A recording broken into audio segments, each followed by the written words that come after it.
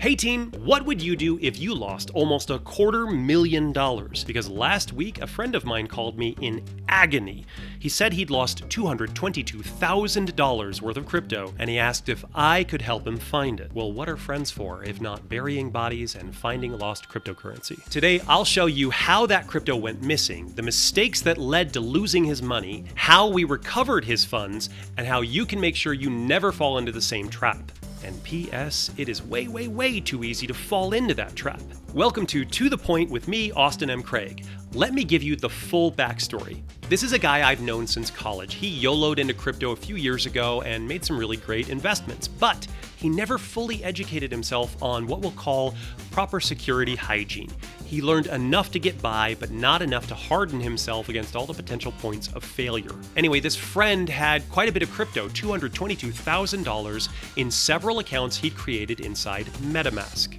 If you don't already know, MetaMask is a popular Web3 wallet for Ethereum and a few other compatible blockchains. It's developed by Consensus, a blockchain software company founded by Joe Lubin, who was himself a co-founder of Ethereum. As of last fall, Bloomberg reported that MetaMask had 21 million users worldwide, which definitely makes it one of, if not the most widespread wallet out there. However, it's not all sunshine and rainbows with MetaMask. Despite being the de facto solution for many Web3 applications, MetaMask has gotten some much-deserved criticism. For one, it's been accused of being too lax with user information. Just a few weeks ago, one user lost a grand total of $650,000 in NFTs and cryptos when a scammer got a hold of his iCloud account, which, it turns out, stored his seed phrase. Why was his seed phrase saved in iCloud? Because MetaMask saved it there by default in plain text when he set up his wallet. This is the crux of much of the criticism against MetaMask. There are some very questionable privacy trade-offs, and if you're not careful or if you don't know exactly how it all works, you can get wiped out. And this really illustrates a broader reality in the crypto and blockchain space. There's a fundamental tension here between two types of services. On the one hand, you have services like Coinbase, custodial services, which manage your accounts and keys and assets for you. It makes life really easy, not having to make choices for yourself and letting somebody else manage it all. It's just much easier until you don't like what they've done. But by that point, it's too late. They can change the rules. They can hold your funds in hostage, or if something is lost, you may have no recourse. You've given up control, and your only option is to be reactionary to problems and hope that you have a good custodian. So if you're going to let a third-party service manage your keys, you better be darn sure you trust their intentions and their abilities and the government in the jurisdiction they operate in. And personally, I don't think the government is going to be much help to you when you've lost your decidedly non-governmental money. On the other hand, you have non-custodial solutions like MetaMask. At the heart and soul of cryptocurrency is the proposition that you can be your own bank, which is an amazing idea. Non-custodial solutions are powerful tools, mechanisms that help you get the job done yourself however you want to do it. But that blade cuts both ways. You have full control and full responsibility. If you make a mistake, there is no safety net, there is no insurance, there is no bailout. If you mess up sufficiently, you will get wiped out, and all you'll have left are some painful lessons on the importance of personal security. Now, I hope that most MetaMask users are aware of the risks and rewards. Of course, managing your own keys is a bit harder than letting somebody else do it. That's totally reasonable. But where MetaMask gets criticized is how complex it can be, in ways that don't make any sense. Case in point. My friend was running the MetaMask extension in his browser, but one night when he left his computer, it initiated an automatic operating system update. Should be fine, right? I mean, operating system updates are about security. They make it harder to hack the machine. Well, when the OS updated, his browser also updated, and when he opened it again the next morning, he had to sign into all of his accounts again, including MetaMask. So he does, and a funny thing happens. Inside MetaMask, you can have many accounts, each holding separate assets tied into separate smart contracts, each with their own permissions and transaction histories. That's what my friend had. When he signed into MetaMask after the update, it just showed the one account. That's it. Where were all the others? This is when my friend gives me a call, and he's panicking. He's clearly not okay. Voice is shaky. He sounds like a crack addict. Hey man, can you help me out with something? I need your help.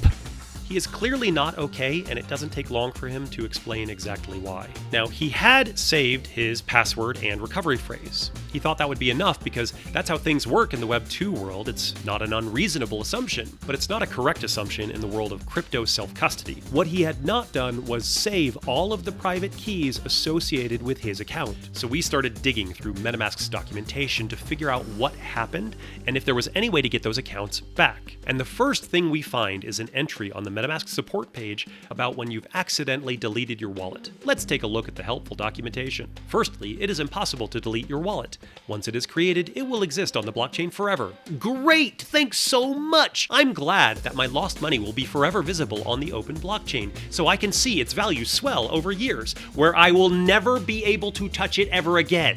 Thanks for clearing that up, MetaMask. Super helpful. Moving on. However, it is possible to delete the MetaMask extension in your browser or remove the mobile app. If you do this, you'll need to re-download it and then follow one of these two options. Restore your wallet using the secret recovery phrase. In case you didn't save the seed phrase /secret recovery phrase, you can try verifying it with the Vault decryptor. Was this article helpful? No! It's not helpful because he'd done all that already. And it only recovered the one account, not the many accounts previously associated with his MetaMask sign-in. Okay, so this did mention a vault decryptor. What is that? We go digging, and we use this arcane tool on GitHub to try to decrypt the vault, but all that produces is the information he already had, his seed phrase. By this point, we're about an hour into the crisis, and my friend is thinking through how he's going to tell his wife that he lost a couple $100,000 and is wondering aloud just how strong his marriage is. Before you're inclined to judge the guy, remember, this is his life savings. Poof, gone. It's not unreasonable to have an existential crisis when the fruit of years of your labor just vanish right in front of you. Did you ever see It's a Wonderful Life? It's a classic. You should absolutely watch it if you haven't. It's full of memorable moments, like when George Bailey says he'll lasso the moon, or when he finds Zuzu's petals in his pocket, or every time a bell rings, an angel gets his wings. But do you remember what the inciting action is? What really kicks off the bulk of the movie? It's when George loses $8,000, which today is worth about $130,000. He realizes that without that money, his business will fail, and because he's a fiduciary, he may very well go to prison for it.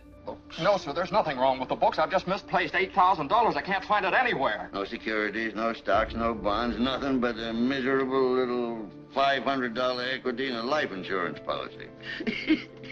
You're worth more dead than alive. Why don't you go to the riffraff you love so much and ask them to let you have $8,000? This whole classic movie centers around a man who was ready to take his own life because he lost money. And it took an act of God to remind him that life meant something more than his account balance. I think my friend was sitting in a similar spot right about then. But he didn't get Clarence the Guardian Angel, he just got me and some really shoddy MetaMask support documentation. And we hoped that that would be enough. All right, where do we go from here?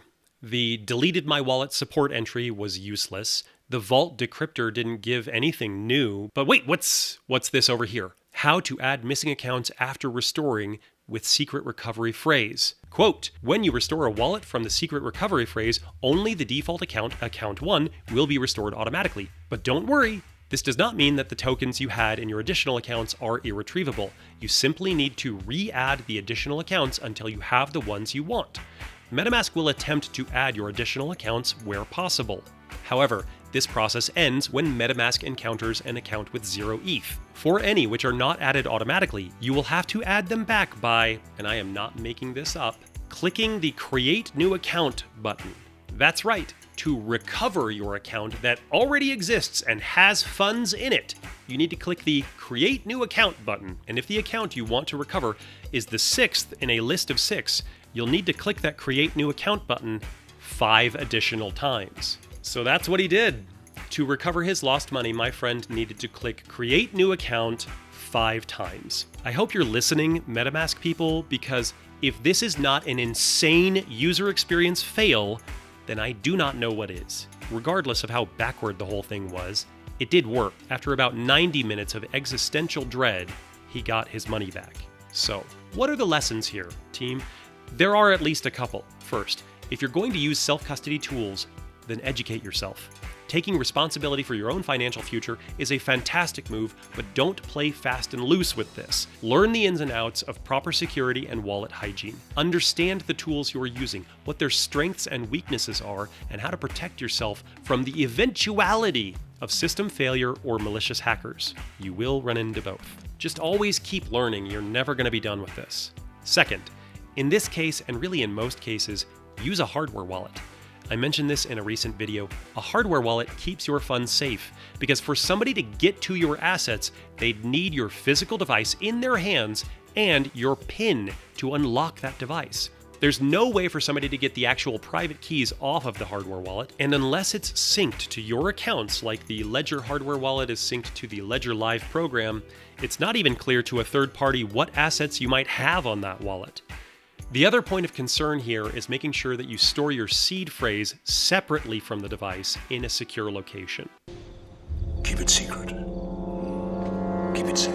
Properly handling your hardware wallet and managing security on that device is a topic for another day, so we won't do a deep dive here. But trust me on this.